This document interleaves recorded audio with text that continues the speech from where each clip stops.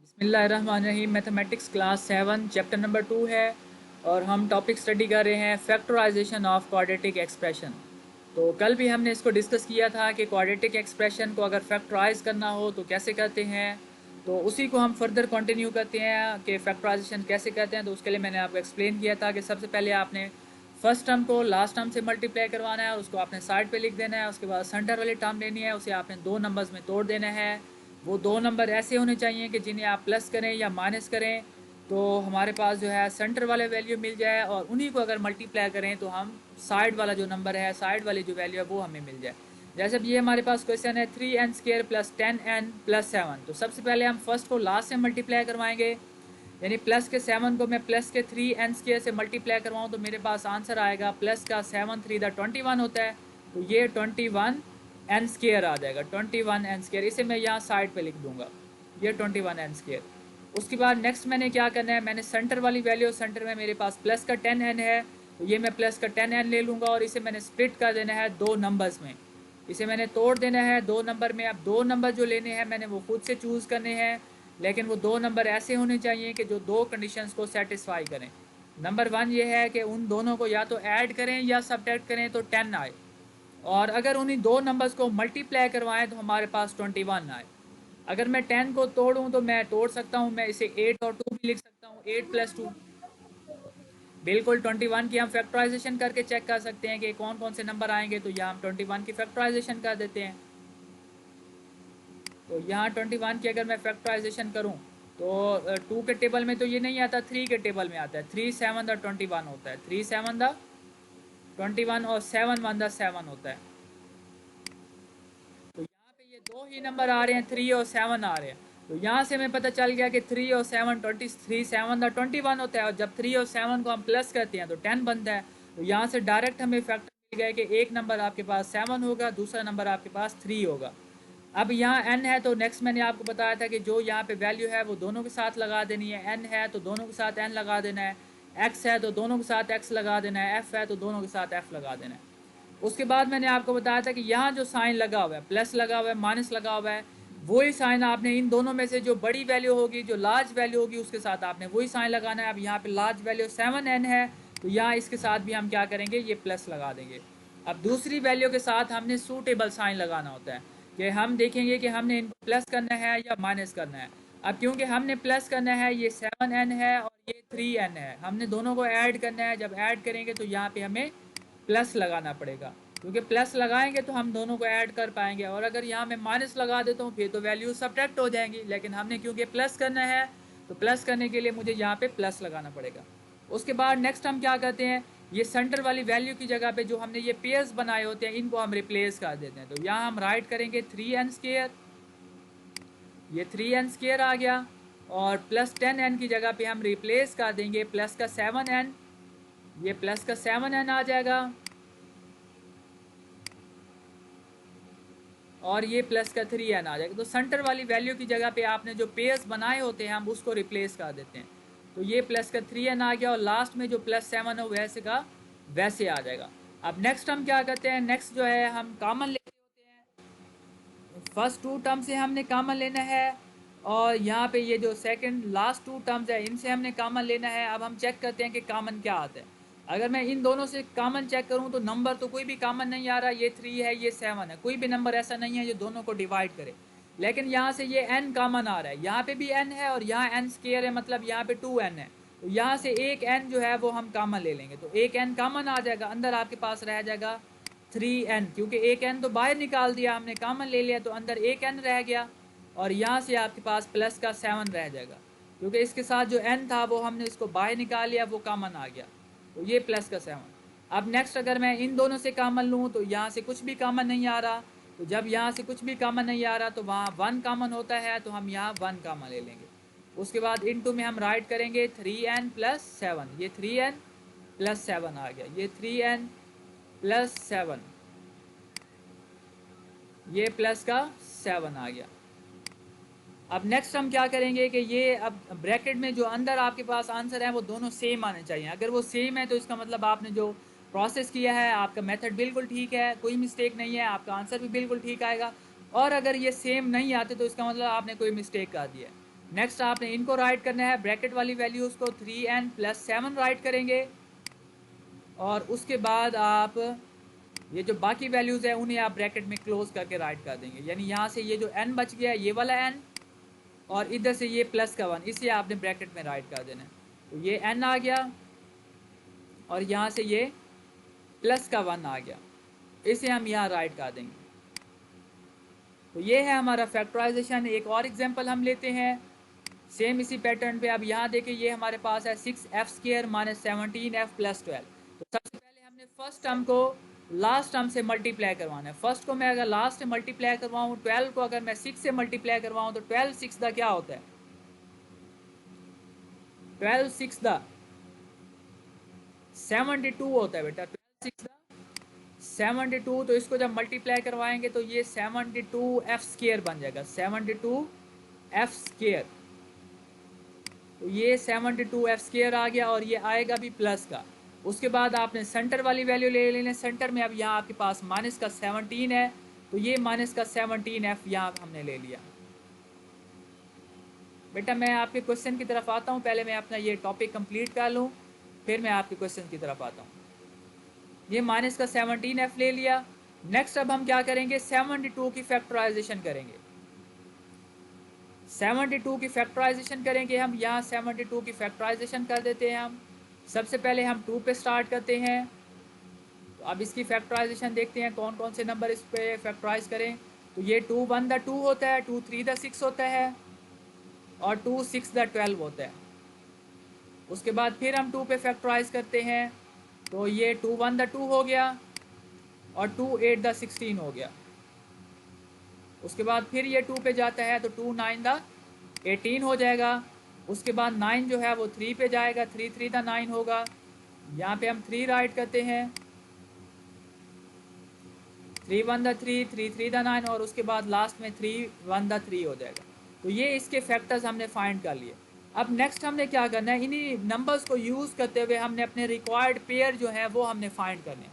तो सबसे पहले हम क्या करते हैं कि यहाँ से ये वाले सारे नंबर कंबाइन कर लेते हैं यहाँ तक।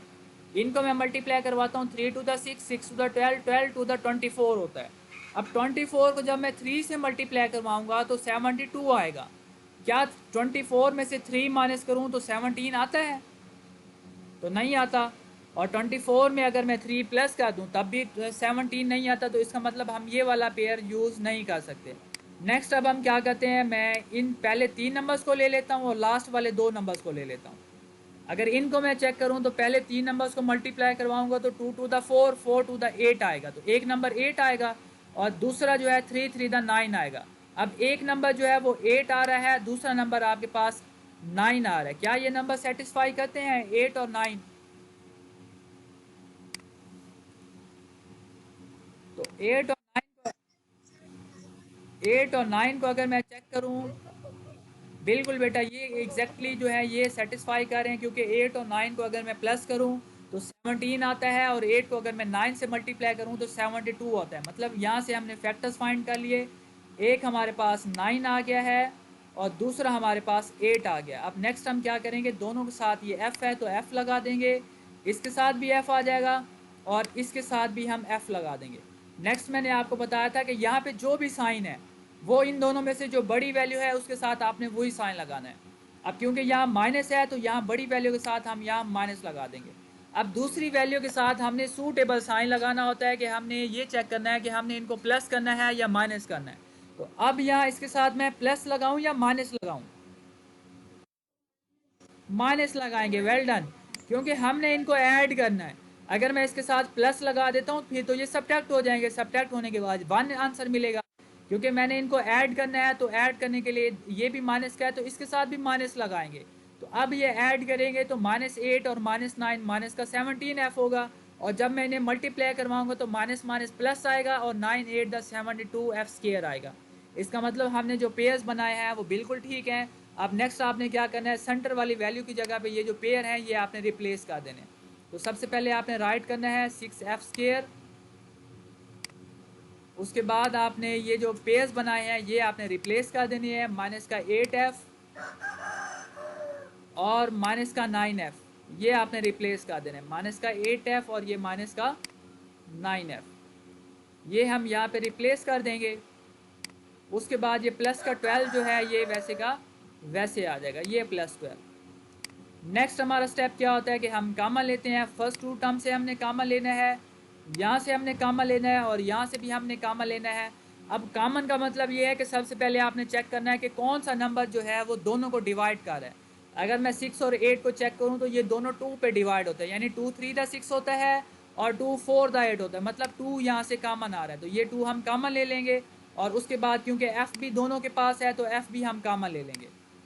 तो यहाँ से ये 2 कॉमन ले लिया। अब 2 को डिवाइड करें तो 2 3 द 6 होता है, तो अंदर हम 3 राइट करेंगे। यहाँ एफ 2 थे, एक एफ हमने कॉमन ले लिया तो एक एफ अंदर रह जाएगा।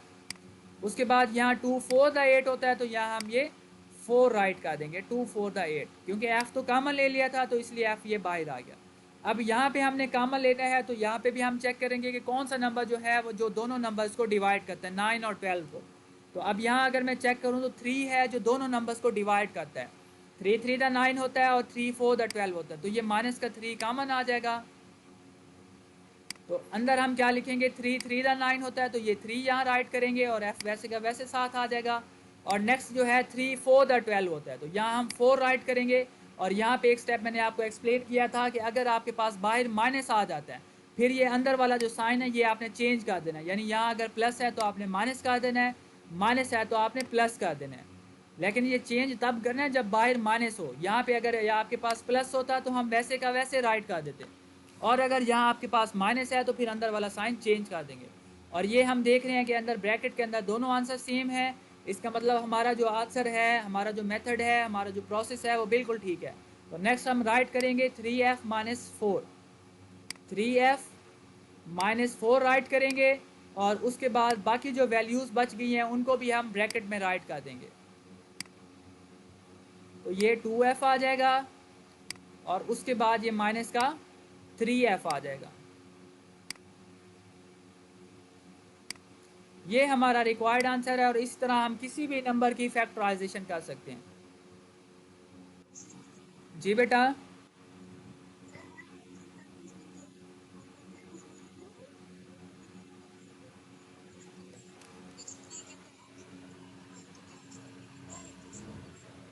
नहीं बेटा, जैसे भी मल्टीप्लाई करवाएं। अच्छा बेटा, यहाँ पे एक स्टूडेंट ने क्वेश्चन किया है कि इसमें जब हम ये फैक्टर राइट करते हैं तो क्या इसमें कोई रूल्स है कि पहले हम स्मॉल वैल्यू लिखें या लार्ज। जैसे यहाँ पे पहले मैंने 7n लिखा है और फिर मैंने 3n लिखा है, तो क्या ये ज़रूरी है कि पहले लार्ज वैल्यू लिखी जाए या फिर बाद में स्मॉल लिखी जाए। नहीं बेटा, इसमें कोई रूल नहीं है, चाहे तो आप पहले 3n लिख लें, चाहे तो पहले आप 7n लिख लें। और यहाँ पे भी जब हम इनको रिप्लेस करते हैं तो इसमें भी कोई रूल नहीं, चाहे तो आप पहले 3n लिख लें, चाहे तो पहले आप 7n लिख लें। जैसे यहाँ पे नेक्स्ट क्वेश्चन में आप देखें, यहाँ पे मैंने जो है ये देखें नेक्स्ट क्वेश्चन में, यहाँ पे पहले मैंने स्मॉल वैल्यू लिखी है, -8f लिखा है, फिर मैंने 9f लिखा है। और यहाँ पे पहले मैंने -8f लिखा है, फिर 9f लिखा है। तो इसमें बेटा कोई कंफ्यूजन नहीं होनी चाहिए आपको, चाहे तो आप पहले 8f लिख लें फिर 9f लिखें, चाहे तो पहले आप 9f लिख लें फिर 8f लिखें, इसमें कोई हर्ज नहीं है, दोनों मेथड यूज़ किए जा सकते हैं। जी नेक्स्ट। नहीं बेटा, आंसर सेम आएगा। और बेटा इस चीज़ से भी आपने कंफ्यूज नहीं होना, जैसे ये मैंने आंसर निकाला है इसे हम यूं भी राइट कर सकते हैं, चाहे तो पहले हम ये वाली ब्रैकेट लिख लें कि 2f माइनस 3, ये भी ठीक है।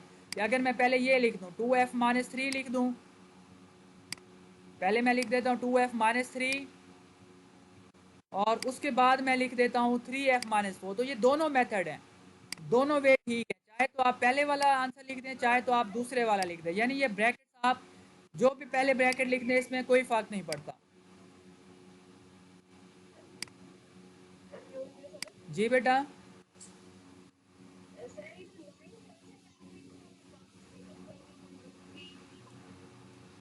9 को बेटा हमने इसमें से कॉमन लिया है ना, ये 9f प्लस 12 इन दोनों में से कॉमन लिया है।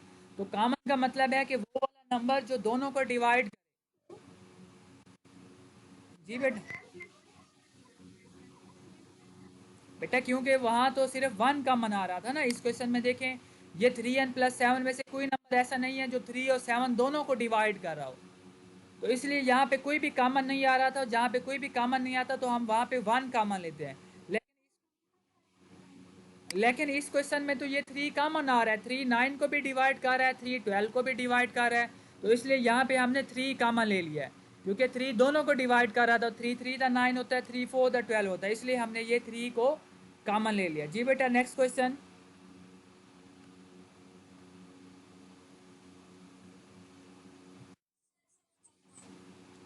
क्लियर है सबको?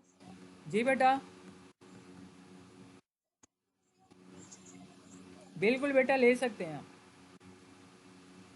हाँ ये तो हम चेंज करते हैं ना। अब जैसे यहाँ पे हमने फैक्टर्स फाइंड किए, सबसे पहले हमने ये पहले 4 नंबर लिए थे, लास्ट वाले को छोड़ दिया था, लेकिन वहाँ हमारे पेयर जो है वो सेटिस्फाई नहीं हो रहे थे, फिर हमने पहले 3 नंबर लिए और लास्ट वाले 2 ले लिए। अगर अब भी ये सेटिस्फाई नहीं हो रहे होंगे तो फिर हम पहले वाले 2 लेंगे, फिर लास्ट वालों को कंबाइन कर लेंगे। अगर इस तरह भी सेटिस्फाई नहीं हो रहे तो फिर हम फर्स्ट वाले को छोड़ देंगे, लास्ट वाले कंबाइन कर लेंगे।